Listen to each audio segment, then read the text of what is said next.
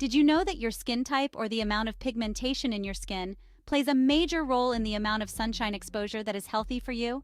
Based on skin type, you may need more or less sun exposure than you are currently getting.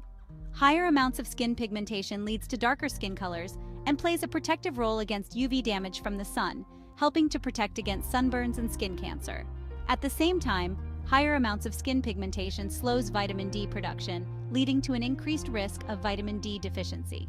Since this can result in differing health consequences based on the darkness of the skin, health authorities are beginning to recognize and promote the need for an individualized approach to sunshine exposure that considers skin type. In fact, in March 2023, Australia became the first country to update their official guidelines for sun exposure based on skin type, risk of skin cancer, and risk of vitamin D deficiency, recommending increased sun exposure for darker skinned people. Let's dive into this important topic that affects us all. Understanding how much sun exposure might be good for us based on our skin type, which we can determine using the Fitzpatrick Scale. So, what exactly is the Fitzpatrick Scale?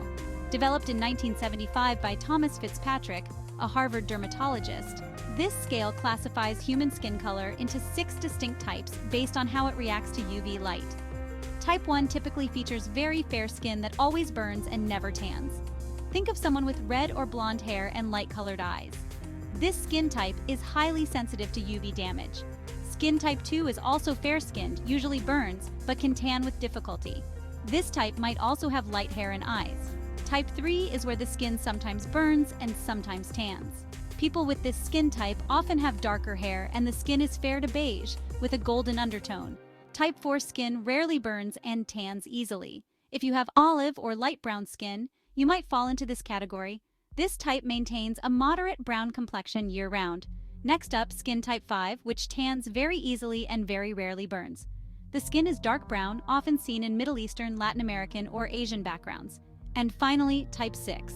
This skin type never burns and is deeply pigmented. Think of someone with dark brown to darkest brown skin. Understanding your Fitzpatrick skin type is more than just about knowing how your skin tans or burns. It's crucial for effectively protecting your skin from sun damage and preventing skin cancer.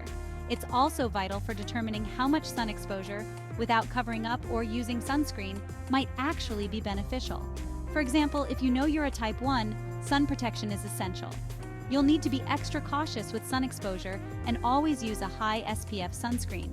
While type 6 skin has natural protection and a lower risk for skin cancer, but a higher risk of vitamin D deficiency, and therefore routine sun protection is not recommended. Those with skin types in between must balance sufficient, sensible sun exposure and sun protection. And for everyone, the #1 important rule to remember is not to burn. So, how much does skin cancer risk vary by skin type? Individuals with very dark skin, a skin type of 5 or 6, have an extremely low risk of skin cancer. Compared to non-Hispanic white men and women, the incidence of melanoma is 30 times lower in black men and 26 times lower in black women in the United States.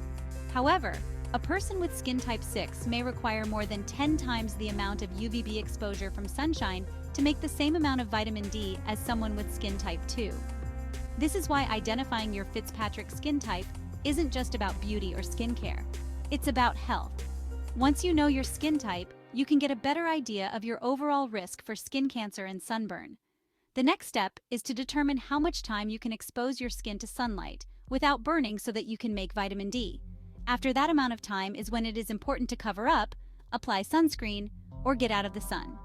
Remember, whether you're trying to optimize your vitamin D levels using sunlight or supplements, or a combination of both, it is always important to measure your vitamin D level. Once you know your level, you can adjust your routine according to your personal needs. Learn more at grassrootshealth.net/sunshine, where you can also measure your vitamin D level from home as part of the International Vitamin D Action Study.